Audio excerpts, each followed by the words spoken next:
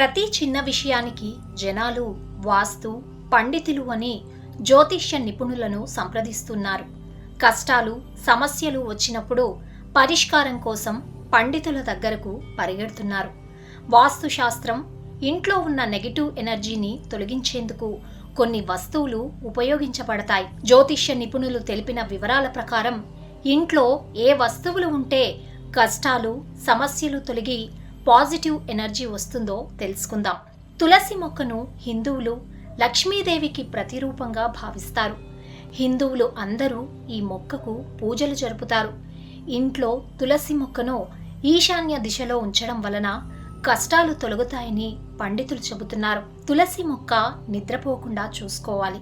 ఈశాన్య దిక్కులో ఈ మొక్కను ప్రతిష్ఠించి నిత్యం దీపారాధన చేస్తే ఆ ఇంట్లోకి పాజిటివ్ ఎనర్జీ వస్తుంది. సమస్యలు పరిష్కారమై ఎలాంటి ఇబ్బందులు లేకుండా జీవితం కొనసాగుతుందని పండితులు చెబుతున్నారు.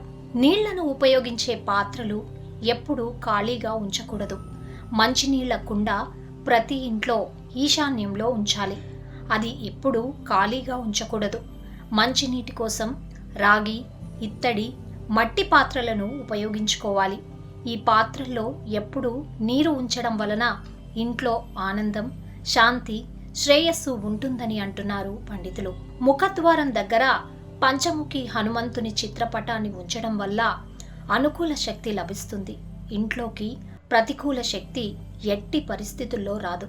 ఈ పటాన్ని దక్షిణ దిశలో ఉంచడం వల్ల శుభప్రదమని పండితులు చెబుతున్నారు. ఇంట్లో పంచముఖి హనుమంతుడి చిత్రపటం ఉంచడం వల్ల ఆనందం, శ్రేయస్సు కలుగుతుంది. కొంతమందికి ఎంత సంపాదించినా పైసా కూడా చేతిలో ఉండదు. ఆర్థిక కష్టాలు వెంటాడుతూనే ఉంటాయి. అలాంటి వారు ఇంట్లో లక్ష్మీదేవి, గణపతి విగ్రహాలను ఉంచి రోజు పూజించాలి.